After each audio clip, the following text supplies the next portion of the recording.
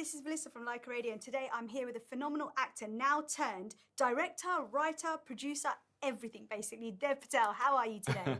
I'm great, thank you for having me. Now, after acting, what made you decide to actually go into writing and directing and producing as well?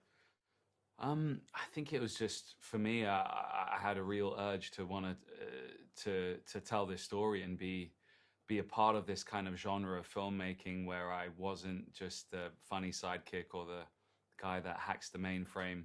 You know, I wanted to kind of infuse some of my culture, my identity and my ancestry into this kind of genre that I love so dearly. And I think that's quite important in this day and age with all the diversity coming in, and being able to put something like the Hanuman story in the forefront is really important.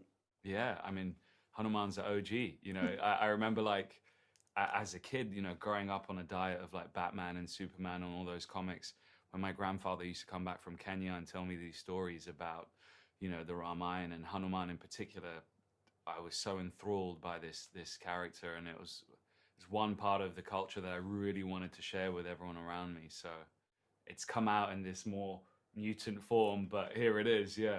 And I'm Gujarati as well, so obviously I know all about the Ramayana. What made you actually pick Hanuman as that character?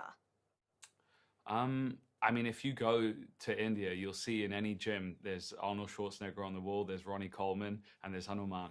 And, you know, he kind of resembles courage and integrity and strength. So there's all of those, you know, a lot of the Superman iconography of splitting his chest open to reveal his S, you know, flying, lifting a mountain, all of that comes from these kind of mythologies. But at the same time, the more I started doing research, I saw this old story of a young Hanuman who could have had any fruit in the forest, any mango, and he yearned for a mango that was high above the trees. And it reminded me of the Greek mythology of Icarus. And I was like, wow, I could take this and kind of talk about something with more substance, about the caste system and about, you know, daring to reach higher than anyone else and being punished, yeah. And of course, it's an action thriller. It brings to light the social issues that are still present in India today. So what made you decide to bring this to the forefront? Well, yeah, I mean, if you've seen any of my other films, I'm not really an action staple, so I want to say something. I think the film's a bit of a Trojan horse in that sense. I wanted to access an audience that wouldn't normally, you know, want to learn about Indian politics, or, you know, for me, at its core, this is a revenge film about faith and how it can be weaponized to manipulate a huge amount of people. And at the same time, it's a beautiful teacher, especially to a young kid in a forest that has no education. You know, the stories and the iconographies can provide morals and hope and all sorts of things. So it's that duality I wanted to explore with the film. And do you ever believe that these social issues within India will actually ever be resolved, like, especially the caste system? I think there's a sort of caste system everywhere in the world, you know? I remember growing up in Rayners Lane, and like going into central London and being able to eat in a nice restaurant felt unattainable to me. You know, that felt like a holiday. So it's set in a heightened India, but I feel this talking about religion and faith and kind of outsiders and this, you know, challenging the status quo. That's, you know, police corruption. That's a global issue.